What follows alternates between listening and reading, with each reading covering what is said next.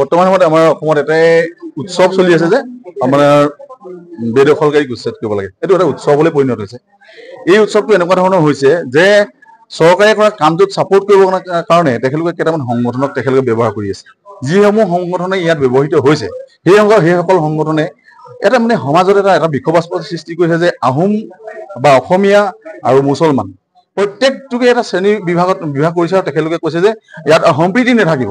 দুদিনমানৰ আগত আপোনালোকে দেখা পাইছে যে হঠাতে টিভিত ওলাই থকা এজন ব্যক্তিয়ে কৈছে যে তাৰ এতিয়া সম্প্ৰীতি নাই, শিৱসাগৰত কোনো ধৰণৰ সম্প্ৰীতি নাই বা উজনি অসমত কোনো ধৰণৰ সম্প্ৰীতি বোলা বস্তুটো নাথাকিব।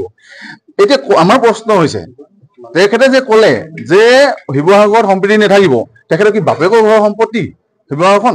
আমাৰ আহোম জাতিটো বা অসমীয়া জাতিটো তেখেতে বাপেকৰ ঘৰৰ সম্পত্তি যে তেখেতে ক'ব কিবা এটা সেইটোৱে হৈ যাব।